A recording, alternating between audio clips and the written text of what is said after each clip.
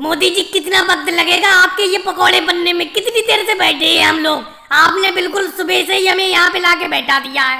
योगी जी बस थोड़ी देर रुक जाओ, थोड़ी देर रुक जाओ। इस कढ़ाई में जो तेल है वो सही तरीके से खोल नहीं पा रहा था, उफान नहीं आ पा रहा था, उसकी वजह से पकोड़े सही से बन ही नहीं पा रहे थे। अब मैंने चूल्हे में कढ़ाई के नीचे आग को बिल्कुल दहका दिया है। अब तेल बिल्कुल खोल गया, पकोड़े भी जल्दी जल्दी बन रहे हैं। बस थोड़ी देर का इंतजार करो। और केजरीवाल तुम क्या कर रहे हो? ये एक एक पकौड़ा उठा के कैसे खा रहे हो? राहुल तुम भी खा रहे हो?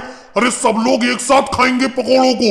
पहले इस कढ़ाई में से सारे के सारे पकोड़े निकल जाने दो। अच्छा मोदी जी एक बात बताना, आपकी फसल जब भी अच्छी होती है आप हम सब लोगों को खेत पर बुला के पकोड़े खिलाते हैं। अच्छा एक बात बताओ, अगर आपकी फसल अच्छी होती है तो आप खेत पर ही पकोड़े क्यों बना के खिलाते हो, घर पे क्यों नहीं खिलाते हो? राहुल तुम भी बेतुकी बात करती हो।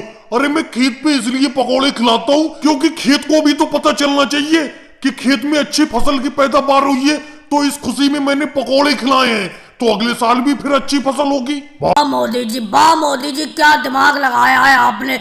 इसीलिए जब भी खेत में अच्छी फसल होती है आप खेत पर ही दावत देते हो, क्योंकि इस चीज को आपका खेत भी देखता है कि देखो अगर मैंने अच्छी फसल की पैदावार की तो मोदी जी ने सबको दावत खिलाई, और फिर खेत चाहेगा कि अगले साल भी फसल अच्छी पैदा हो। अरे मोदी जी बहन सोनिया जी चली आ रही हैं अपनी ही तरफ। अरे बहन सोनिया जी तुम कैसी चली आई यहाँ पे? राहुल को मैंने पकोड़ों की दावत पे बुला तो लिया था।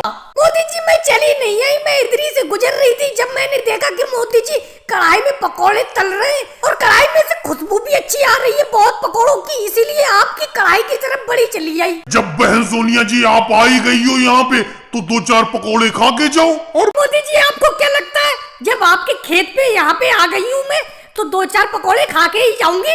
राहुल बेटा मैं शाम का खाना नहीं बनाऊंगी। मोदी जी ये जो पकोड़े बना रहे हैं इन्हें पेट भर के खा के आना, जम के खा के आना, समझे? अरे बहन सोनिया जी मैंने इतने पकोड़े थोड़ी बनाए कि पेट भर जाएगा। हाँ इतने इतने पकोड़े हैं सबका मुंह नमकीन हो जाएगा। और बहन सोनिया जी भगवान से प्रार्थना करो आगे भी मेरी फसल अच्छी हो, आगे भी मैं ऐसी दावत खिलाऊंगा तुम लोगों को। और भाई लोगों को वीडियो को लाइक करो, चैनल को सब्सक्राइब करो।